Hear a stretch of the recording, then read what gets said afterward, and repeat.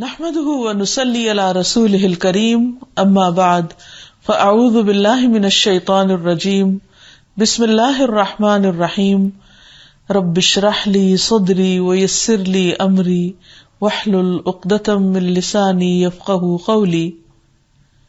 السلام علیکم ورحمۃ اللہ وبرکاتہ۔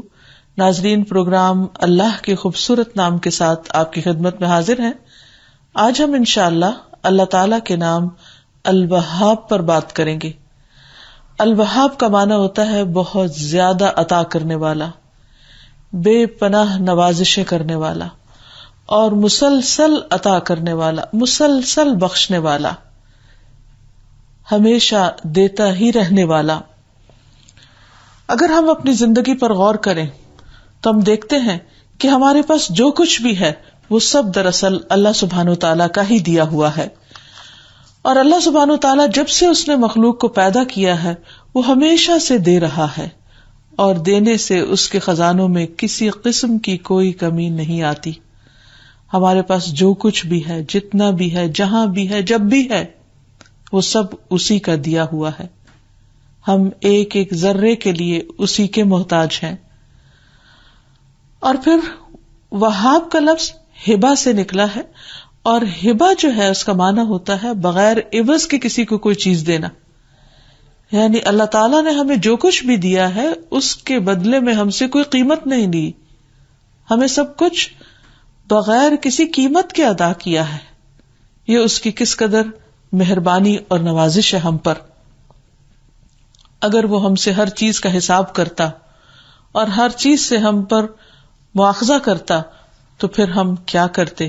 ہم سب اس بارے میں سوچ سکتے ہیں۔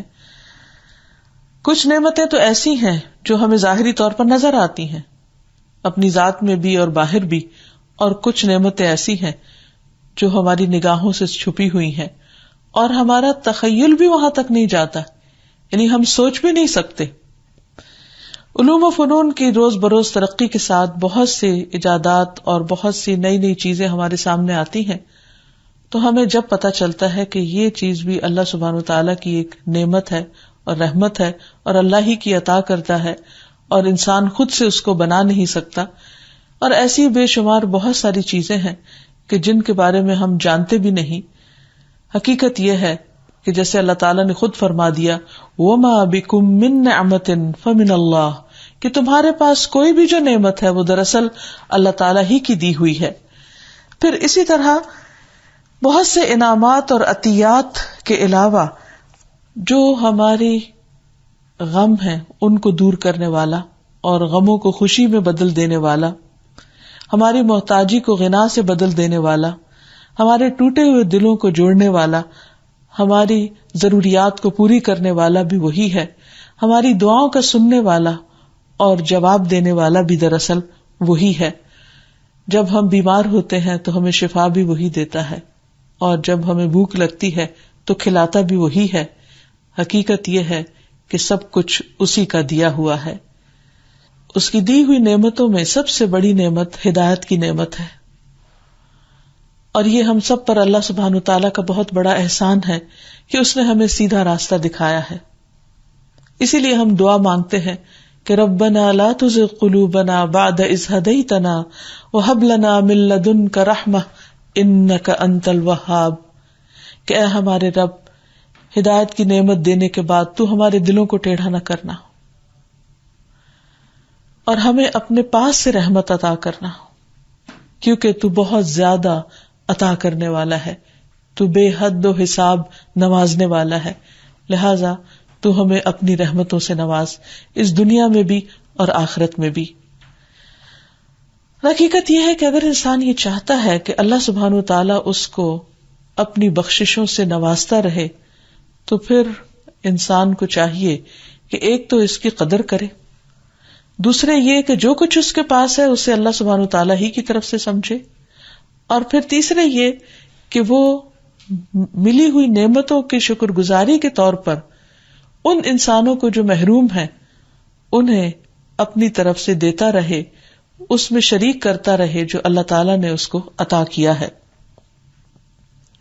اللہ سبحانہ وتعالیٰ کی بخشش کا جہاں تک تعلق ہے تو رسول اللہ صلی اللہ علیہ وسلم نے فرمایا اللہ عز و جل فرماتا ہے خرچ کرو تو میں بھی تم پر خرچ کروں گا. یعنی اگر ہم دوسرے انسانوں کے ساتھ بھلائی کا سلوک کریں گے تو اللہ تعالیٰ ہمیں بھی مزید عطا کرے گا. پھر فرمایا کہ اللہ تعالیٰ کا ہاتھ بھرا ہوا ہے، رات اور دن مسلسل خرچ کرنے سے بھی اس کی بخشش میں کچھ کمی نہیں ہوتی. اور فرمایا تم نے دیکھا نہیں کہ جب سے اللہ تعالیٰ نے آسمان و زمین کو پیدا کیا ہے وہ مسلسل خرچ کر رہا ہے، مسلسل دے رہا ہے، لیکن اس کے ہاتھ میں کوئی کمی نہیں ہوتی.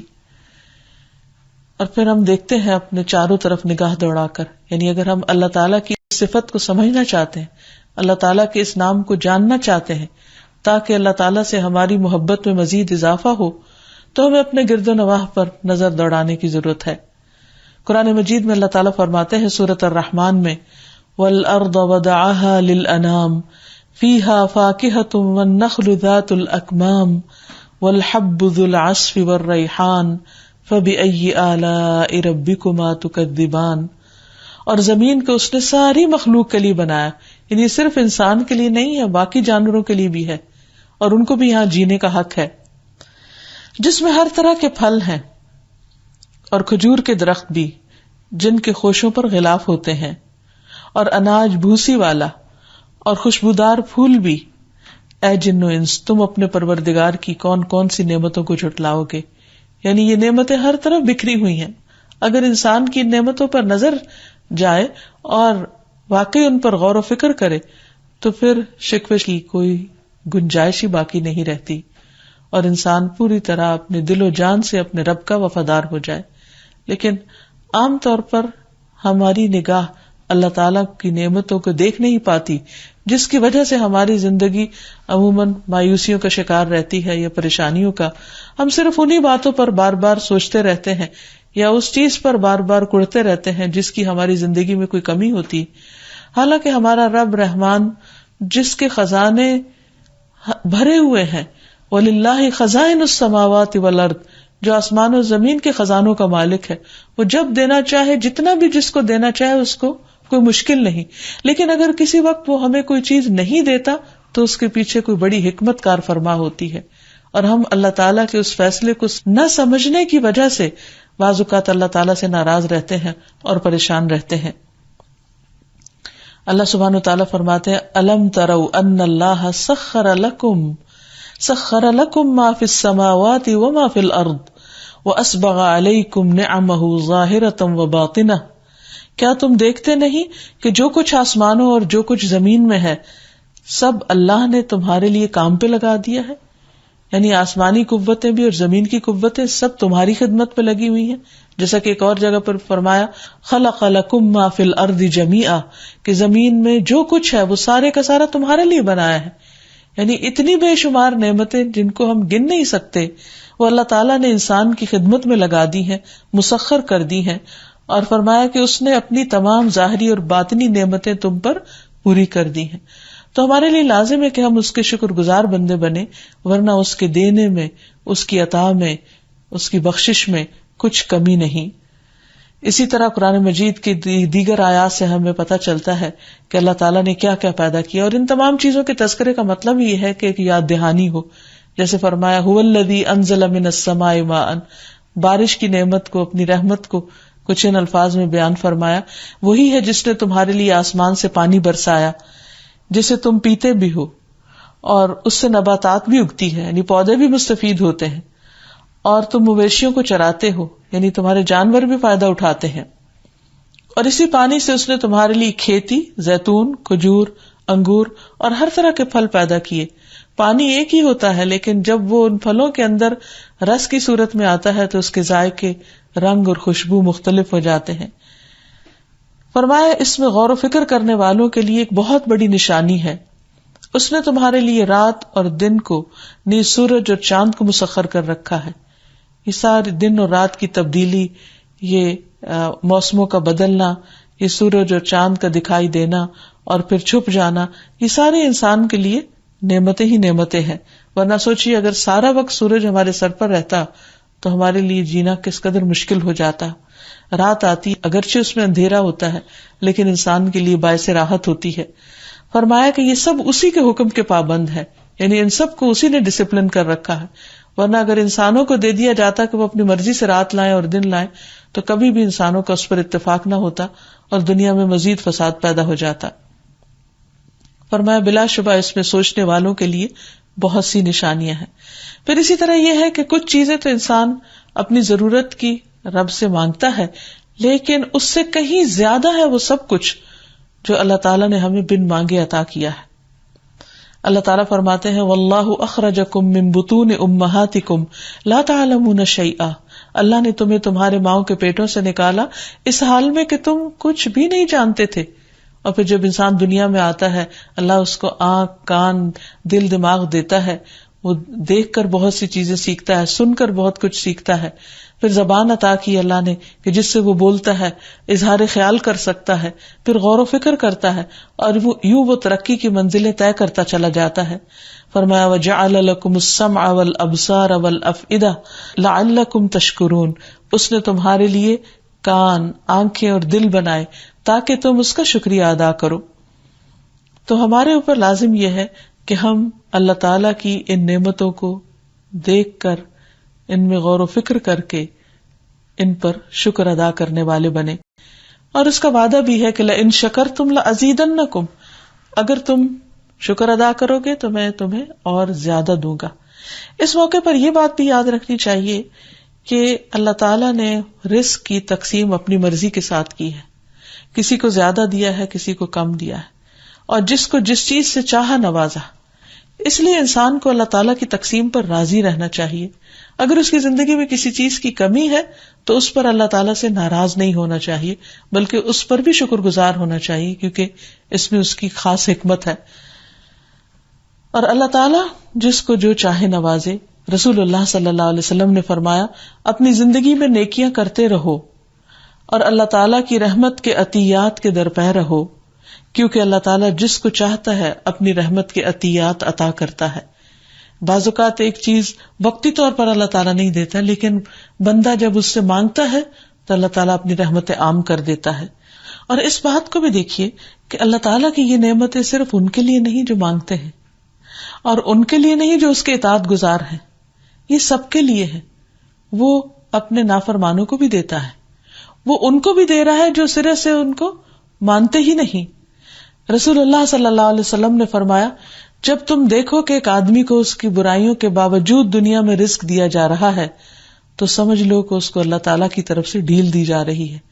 یعنی اگر نافرمانی کے باوجود مل رہا ہے تو یہ ہمارے لیے سرکشی میں اضافے کا باعث نہ ہو، بلکہ انسان اللہ کی نعمتوں کو پا کر اسی کا وفادار بن جائے. اب دیکھیے کہ جانوروں کے اندر آپ دیکھیے، بلی کتے کو آپ دیکھیے کہ جو ان پر احسان کرتا ہے وہ اس کے وفادار بن جاتے ہیں، لیکن انسان اپنے رب کا بڑا ہی ناشکرا ہے. پھر اسی طرح ہم دیکھتے ہیں کہ اللہ تعالیٰ یہ بھی فرماتے ہیں کہ وہ انسان کو اتنا کچھ دیتا ہے کہ جس کو انسان شمار بھی نہیں کر سکتا. فرمایا وَآتَاكُم مِّن كُلِّ مَا سَأَلْتُمُوهُ، اس نے وہ تمہیں سب دیا جو تم نے مانگا. وَإِن تَعُدُّوا نِعْمَتَ اللَّهِ لَا تُحْصُوهَا، اگر تم اللہ کی نعمتوں کو گننا چاہو تو گن بھی نہیں سکتے. یہاں یہ بات بھی یاد رہے کہ اللہ سبحانہ تعالیٰ اپنی اس صفت میں اکیلا ہے، یعنی وہ الوہاب ہے، اور ایسا الوہاب یعنی دینے والا، بخشنے والا کوئی اور ہے ہی نہیں. انسانی رشتوں میں آپ دیکھیے، انسانوں کے اندر مالدار کو دیکھیے، انسانوں کے اندر علم والوں کو دیکھیے، ہر ایک کے اندر کہیں نہ کہیں کچھ کمی ہے، اور پھر اس کے دینے میں بھی کمی ہے. یعنی وہ اگر دینا بھی چاہے تو ایک حد سے زیادہ دے نہیں سکتا. اور انسانوں میں عموماً کیا ہوتا ہے کہ جب وہ کسی کو کچھ دیتے ہیں تو ان کے اپنے مال میں سے کمی ہو جاتی ہے یا اپنے حصے میں سے کچھ کمی ہو جاتی ہے، لیکن اللہ سبحانہ وتعالیٰ جب دیتا ہے تو کہیں کسی بھی قسم کی کمی نہیں ہوتی. پھر اسی طرح اولاد بھی اللہ تعالیٰ کی دین ہے، اور اولاد کی جو تقسیم ہے وہ بھی اللہ تعالیٰ کی طرف سے ہے. جس کو چاہتا ہے بیٹے عطا کرتا ہے، جس کو چاہتا ہے بیٹیاں دیتا ہے، جس کو چاہتا ہے دونوں ملا جلا کر دیتا ہے. اور اس پر بھی انسان کو ناراض نہیں ہونا چاہیے. اور اللہ تعالیٰ جو بھی انسان کو نوازے، چاہے بیٹا ہو یا بیٹی ہو، اس پر خوش ہونا چاہیے اور اللہ تعالیٰ کا شکر گزار ہونا چاہیے. پیغمبروں کو بھی جو اس نے اولاد دی، اس کو بھی اس نے دراصل اپنا عطیہ بتایا. مثلاً ابراہیم علیہ السلام کو اللہ تعالیٰ نے ایک لیٹ عمر میں اسماعیل علیہ السلام سے نوازا تھا، تو وہ اس پر دیکھیں کس قدر شکر گزار ہیں. وہ کہتے ہیں الحمدللہ الذی وہب لی علی الکبر اسماعیل، کہ اللہ کا شکر ہے جس نے مجھے بڑھاپے میں اسماعیل جیسا بیٹا عطا کیا. ان ربی لسمیع الدعاء، میرا رب تو دعا کا یقیناً سننے والا ہے. یعنی اس نے دیر سے دیا لیکن دیا ضرور. ہم دیکھتے ہیں کہ تمام پیغمبر اولاد کو اللہ سبحانہ وتعالیٰ کا عطیہ سمجھتے ہیں، اسی کی بخشش سمجھتے ہیں، اسی کی عطا سمجھتے ہیں. اسی لیے جب ان کی اولاد نہیں ہوتی تو وہ اللہ ہی سے مانگتے ہیں، کسی اور سے نہیں. اور جب اولاد ملتی ہے تو اللہ تعالیٰ ہی کے شکر گزار ہوتے ہیں. زکریا علیہ السلام جن کے پاس اولاد نہیں تھی تو وہ اللہ سبحانہ وتعالیٰ سے دعا کرتے ہیں کہ ربی حب لی من الصالحین، اللہ مجھے صالحین میں سے عطا کر، یعنی صالح بیٹا عطا کر.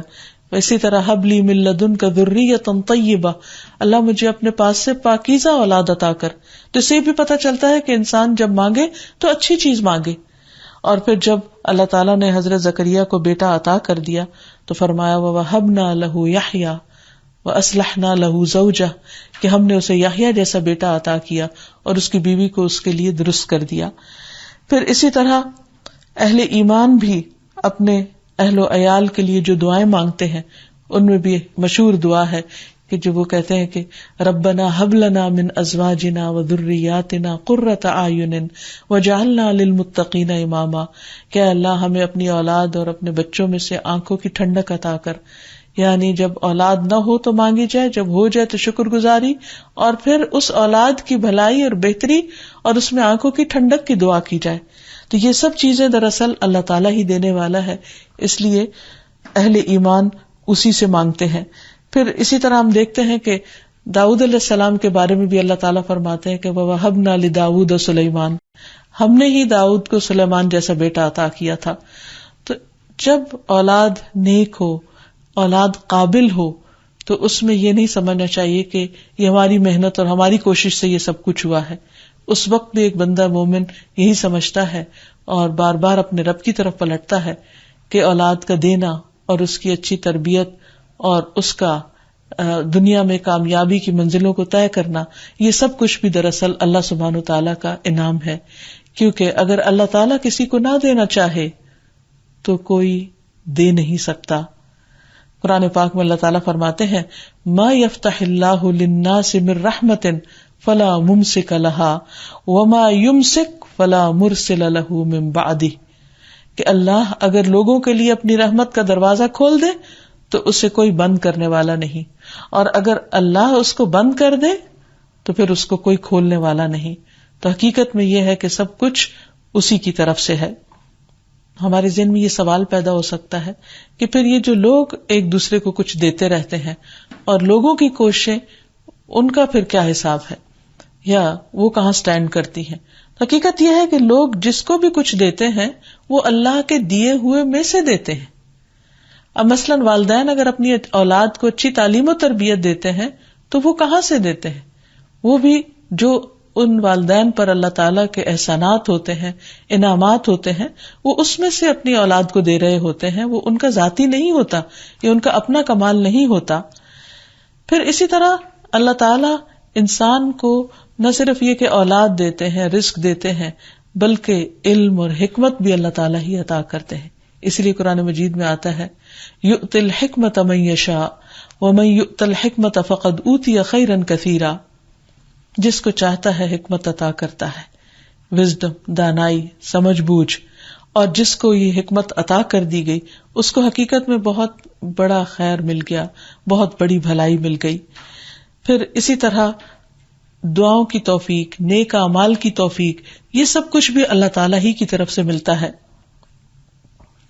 اور پھر دنیا میں بھی اور آخرت میں بھی جو کچھ انسان کو ملنے والا ہے وہ اللہ تعالیٰ ہی دیتا ہے، لیکن اس کے لیے انسان کو بھی کوشش کرنی چاہیے اور اس کے ساتھ ساتھ دعا بھی کرتے رہنا چاہیے. کیونکہ دنیا میں انسان کو اللہ تعالیٰ نے ایک امتحان میں ڈالا ہے، اور اس امتحان کا ایک حصہ یہ ہے کہ جو کچھ اللہ تعالیٰ نے انسان کے لیے رکھا ہے اس کے لیے وہ اسٹرگل بھی کرے اور اللہ تعالیٰ سے مانگے بھی، اس کی طلب بھی رکھے. اور جب انسان یہاں اللہ تعالیٰ سے مانگتا ہے اور جب مل جاتا ہے تو شکر گزار ہوتا ہے اور اس کا کریڈٹ بھی اللہ تعالیٰ کو دیتا ہے، تو اللہ تعالیٰ ایسے بندوں کو آنر دیں گے. اور کل قیامت کے دن جب اپنے مومن بندوں کو جنت الفردوس سے نوازیں گے تو وہاں بندے پہ جو کچھ چاہیں گے، جو طلب کریں گے، وہ ان کی صرف خواہش پر ان کو مل جائے گا. یعنی دنیا میں انسان کے لیے کوشش اور دعا دونوں رکھی گئی ہے، اور وہاں انسان کے لیے صرف خواہش رکھی گئی ہے. حتیٰ کہ اگر انسان کچھ کھانا چاہے گا تو فوراً اسی شکل میں اس کے سامنے حاضر ہوگا. مثلاً جنت میں جو ان کا پسندیدہ کھانا ہوگا وہ ان کو دیا جائے گا، اور اس میں کوئی روک ٹوک نہیں ہوگی. لا مقطوعۃ ولا ممنوعۃ. قرآن پاک میں آتا ہے لہم فیہا فاکہۃ ولہم ما یدعون. اس جنت میں ان کے لیے پھل ہوں گے اور جو کچھ وہ طلب کریں گے، جو بھی آرڈر کریں گے، جو بھی خواہش کریں گے، اور خواہش کرتے ہی مل جائے گا. ابو امامہ کہتے ہیں کہ رسول اللہ صلی اللہ علیہ وسلم فرماتے ہیں کہ جنت والوں میں سے ایک شخص جنت کی شراب کی خواہش کرے گا تو ایک برتن جو جس میں آگے اس کے ٹونٹی بھی ہوگی وہ اس کے ہاتھ میں آ جائے گا، اور اس میں سے وہ جتنا چاہے گا پی لے گا، اور پھر اس کے بعد خود بخود وہ واپس بھی چلا جائے گا. یعنی آج دنیا میں بہت ساری چیزیں آٹومیٹک ہوتی ہیں تو ہمارے لیے یہ کانسیپٹ سمجھنا اور آسان ہو گیا ہے، لیکن obviously جنت اور دنیا کا تو کمپیریزن ہی نہیں، کوئی مقابلہ ہی نہیں. کہنے کا مطلب یہ ہے کہ دنیا کی نعمتیں دینے والا بھی وہی ہے، اور آخرت میں بھی سب کچھ عطا کرنے والا، بخشنے والا بھی وہی ہے.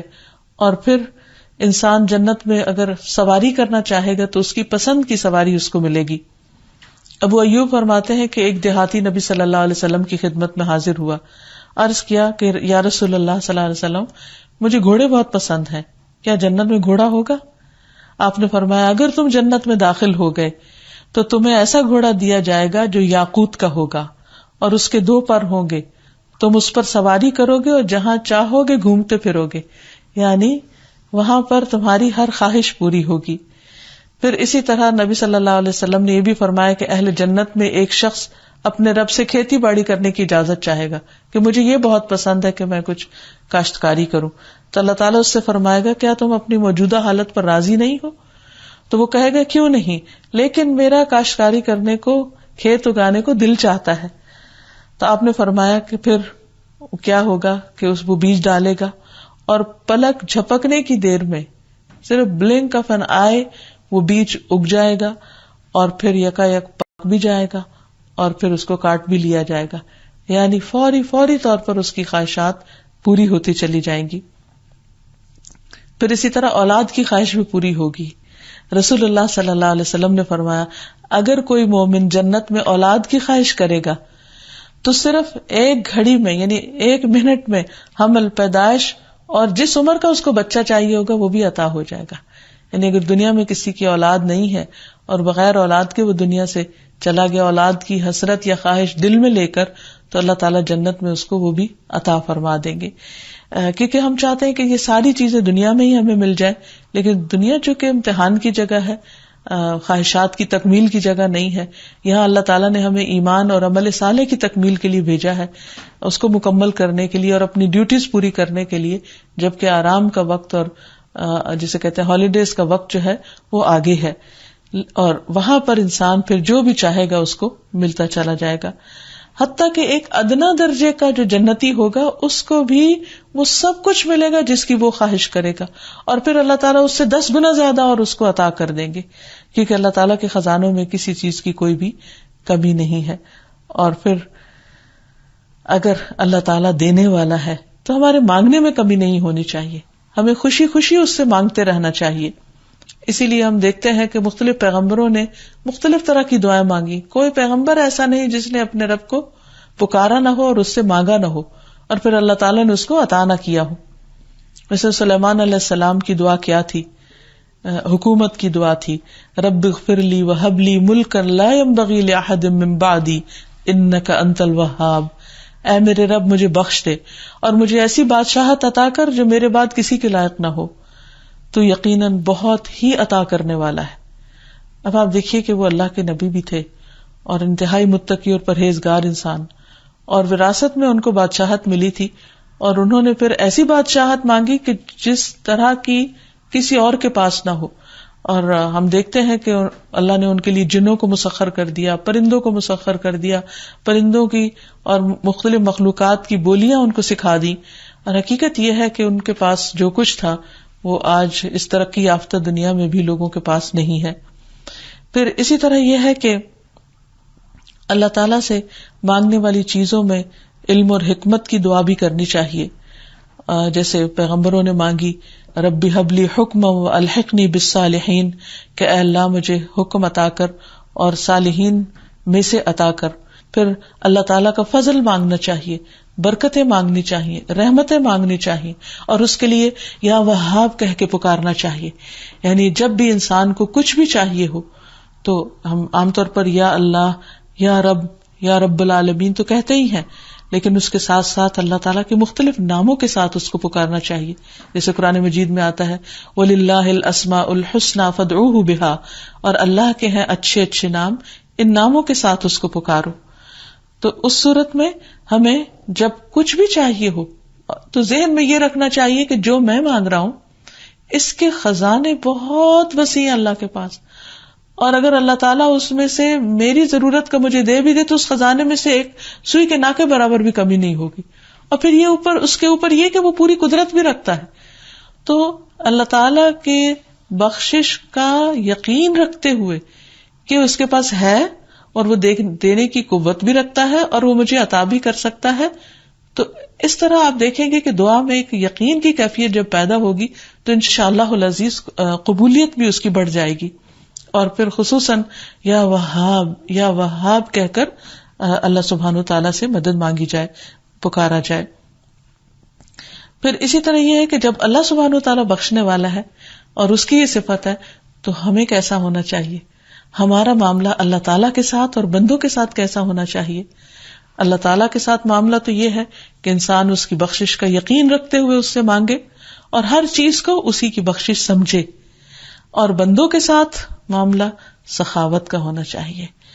ہمیں اللہ کے بندوں پر دل کھول کر خرچ کرنا چاہیے, ان کی ضروریات کو پورا کرنا چاہیے, اور یہ یقین رکھنا چاہیے کہ دینے سے مال کبھی بھی کم نہیں ہوتا. اللہ سبحانہ وتعالی بڑا ہی غیرت مند ہے, وہ محتاج نہیں ہے. جب اس کا نام لے کر سوال کیا جاتا ہے تو اس سوال کو رد نہیں کرنا چاہیے, اور بندوں کے ساتھ حسن سلوک کرنا چاہیے. خود نبی صلی اللہ علیہ وسلم کا طریقہ کیا تھا؟ آپ سب انسانوں سے زیادہ سخی تھے, لیکن رمضان میں آپ کی سخاوت اور زیادہ بڑھ جاتی تھی جب وہ جبریل علیہ السلام سے ہر روز ملاقات کرتے تھے. تو اس سے یہ بھی پتہ چلتا ہے کہ جب اچھی صحبت میں انسان ہوتا ہے تو اس کے نیکی کرنے کی جو صلاحیت ہے اور قوت ہے وہ کئی گنا اور زیادہ بڑھ جاتی ہے. یہاں تک حدیث میں آتا ہے کہ نبی صلی اللہ علیہ وسلم لوگوں کو بھلائی پہنچانے میں بارش لانے والی ہوا سے بھی زیادہ جود و کرم فرمایا کرتے تھے. ایک اور روایت میں آتا ہے تیز آندھی سے بھی زیادہ آپ کی سخاوت بڑھ جاتی تھی. خود ہم دیکھتے ہیں کہ رسول اللہ صلی اللہ علیہ وسلم کی زندگی ہمارے لیے ایک بہترین نمونہ ہے کہ آپ کس قدر عطا کرنے والے تھے, کس قدر لوگوں کو بخشنے والے تھے, نوازنے والے تھے. مثلاً حنین کے دن صفوان بن امیہ آپ کے پاس آیا, آپ نے اس کو 100 اونٹ دیے, وہ پھر آیا, پھر آپ نے 100 دیے, پھر آیا, پھر آپ نے اس کو 100 دیے. کہنے لگا کہ یا رسول اللہ صلی اللہ علیہ وسلم, آپ مجھے دنیا میں تمام لوگوں سے زیادہ مبغوض تھے, پھر آپ مجھے مسلسل عطا فرماتے رہے یہاں تک کہ آپ مجھے تمام لوگوں سے زیادہ محبوب ہو گئے. یہ ہے دلوں کو جیتنے کا راز, یہ ہے محبتوں کو عام کرنے کا راز کہ انسان اپنی ذات پر دوسروں کو ترجیح دے. پھر اسی طرح حضرت انس کہتے ہیں کہ اسلام قبول کرنے پر رسول اللہ صلی اللہ علیہ وسلم سے جو بھی چیز مانگی گئی آپ نے وہ چیز عطا فرما دی. ایک آدمی آیا, آپ نے 2 پہاڑوں کے درمیان کی بکریاں اسے عطا فرما دی, تو وہ اپنی قوم کی طرف آیا اور اس نے کہا اے میری قوم اسلام قبول کر لو, کیونکہ محمد صلی اللہ علیہ وسلم اتنا دیتے ہیں کہ انہیں فاقہ کشی کا خوف نہیں ہوتا, فقر کا ڈر نہیں ہوتا. پھر اسی طرح اگر لوگ تنگ بھی کریں تو بھی ناراض ہو کر دینا نہیں چھوڑنا چاہیے. جیسے حضرت ابوبکر رضی اللہ تعالیٰ عنہ کو اس وقت جب سخت صدمہ پہنچا حضرت عائشہ پر جب الزام لگایا گیا, تو اس موقع پر جس کو وظیفہ دے رہے تھے وہ بھی الزام لگانے والوں میں شامل تھا. تو آپ نے سوچا کہ میں اس کو سزا کے طور پر اس کا وظیفہ بند کر دیتا ہوں. تو اللہ سبحانہ وتعالیٰ نے فرمایا کہ نہیں، آپ ایسا کام نہیں کریں گے. تو حضرت ابوبکر نے فوراً ہی رجوع کر لیا اپنی بات سے اور کہنے لگے کہ میں پہلے سے بھی دگنا وظیفہ اس کو دوں گا. پھر اسی طرح یہ ہے کہ نبی صلی اللہ علیہ وسلم ایک مرتبہ کہیں جا رہے تھے اور بہت سے صحابہ بھی آپ کے ساتھ تھے. تو کچھ بدو آپ سے لپٹ گئے اور آپ کو مجبور کر کے ایک درخت کے پاس، ببول کا درخت تھا، اس کے پاس لے گئے اور آپ کی چادر کو بھی کھینچنے لگے اور آپ کی چادر پھر کانٹوں میں بھی الجھ گئی اور آپ سخت پریشان ہوئے. لیکن اس ساری تکلیف کے باوجود بھی آپ نے ان کو جو انہوں نے مانگا وہ عطا کر دیا. بعض اوقات ایسا بھی ہوتا ہے کہ ہم اریٹیٹ ہو جاتے ہیں، غصے میں آ جاتے ہیں، اپنے بچوں کے ساتھ بھی ناراض ہو جاتے ہیں، اور اگر ہم انہیں کچھ دینے والے ہوتے ہیں تو ان کے رویے کی وجہ سے ان سے روک لیتے ہیں. لیکن نبی صلی اللہ علیہ وسلم نے ایسا کچھ بھی نہیں کیا اور آپ نے فرمایا اگر ان درختوں کے کانٹوں برابر بھی میرے پاس بکریاں ہوتی تو میں ساری تم میں تقسیم کر دیتا اور تم مجھے بخیل نہ پاؤ گے، بزدل نہیں پاؤ گے، جھوٹا نہیں پاؤ گے. پھر اسی طرح آپ صلی اللہ علیہ وسلم جب کسی کو قرض لوٹاتے تھے تو صرف قرض نہیں لوٹاتے تھے بلکہ اس سے بھی زیادہ عطا کرتے تھے. آپ صلی اللہ علیہ وسلم کے پاس ایک آدمی آیا اور اس نے آپ سے کچھ ادھار لیا. جب اس نے آ کے آپ سے قرض کا مطالبہ کیا تو آپ نے پہلے اس کو ادھار واپس کیا اور جتنا ادھار تھا اتنی ہی رقم اور عطا کر دی. آپ نے فرمایا کہ آدھا تمہارا قرض ہے اور آدھا میری طرف سے عطیہ ہے. پھر یہ کہ دینے کے بعد کسی سے بدلہ نہیں چاہنا چاہیے، بدلہ اللہ تعالیٰ سے ہی لینا چاہیے اور اسی سے امید رکھنی چاہیے، اسی سے ہی توقع رکھنی چاہیے کیونکہ وہ سب سے زیادہ عطا کرنے والا ہے. اگر انسان انسانوں سے بدلے کی توقع رکھتا ہے تو زیادہ سے زیادہ انسان کسی کو کیا دے سکتا ہے، لیکن اگر انسان اپنے رب کی رضا کے لیے کوئی کام کرتا ہے اور رب سے ہی توقع رکھتا ہے کہ وہ اس کو اجر عطا کرے گا تو ایسے اجر کا مقابلہ دنیا کی کوئی بھی دولت نہیں کر سکتی. اسی لیے اہل ایمان جب کسی بھوکے کو کھانا کھلاتے ہیں تو وہ کیا کہتے ہیں، انما نطعمکم لوجہ اللہ لا نرید منکم جزاء ولا شکورا، کہ ہم تمہیں اللہ کی خاطر کھلا رہے ہیں، ہم تم سے کسی قسم کا کوئی بدلہ اور شکریہ نہیں چاہتے. اسی طرح یہ ہے کہ انسان کو اپنی زندگی میں دوسروں کو کچھ نہ کچھ ہبہ کرنا چاہیے. یعنی اللہ سبحانہ وتعالیٰ کی اس صفت الوہاب کو جاننے کے بعد اپنے اندر دینے کی اور دینے میں وسعت لانے کی کوشش کرنی چاہیے، اور کسی کو جو ضرورت مند ہے صدقہ خیرات، جو ضرورت مند نہیں ہے اس کو تحفہ، تحائف، یا اسی طرح جہاں جہاں انسان نیکی کا کوئی موقع دیکھے کچھ نہ کچھ دینے والا ضرور ہو. پھر اسی طرح اپنا وقت دینا، اچھا مشورہ دینا، اور پھر آخری بات یہ کہ دینے کے بعد احسان نہیں جتانا، کیونکہ اللہ تعالیٰ فرماتے لا تبطلوا صدقاتکم بالمن والاذی، احسان جتا کر، اذیت دے کر اپنے صدقات کو ضائع نہیں کرو. اور دے کر واپس مانگنا، کسی چیز کو واپس لوٹانا، یہ تو انتہائی مکروہ چیز ہے. اس کو حدیث میں مثال دی گئی ہے کہ جیسے کتا قے کر کے پھر اپنی ہی قے دوبارہ چاٹ لے، تو اس سے زیادہ غلیظ بات کیا ہو سکتی ہے. تو اسی طرح اگر کوئی شخص کسی کو دینے کے بعد اس سے واپس لیتا ہے اپنی چیز تو یہ اسلامی اخلاق کے اعتبار سے بہت ہی بدترین چیز ہے، اس سے منع کیا گیا ہے. حقیقت یہ ہے کہ اللہ سبحانہ تعالیٰ کے ان ناموں کی اگر ہمیں معرفت حاصل ہو جائے اور ہم اپنے طرز عمل کو اس کے مطابق بدل لیں تو ہماری زندگی بہت خوشگوار ہو جائے. یا رب العالمین، یا ارحم الراحمین، یا وہاب، تو ہمیں اپنی رحمت، ہدایت اور نیکیوں کی توفیق عطا فرما. وآخر دعوانا ان الحمد للہ رب العالمین. سبحانک اللہم وبحمدک، اشہد ان لا الہ الا انت، استغفرک واتوب الیک. السلام علیکم ورحمۃ اللہ وبرکاتہ.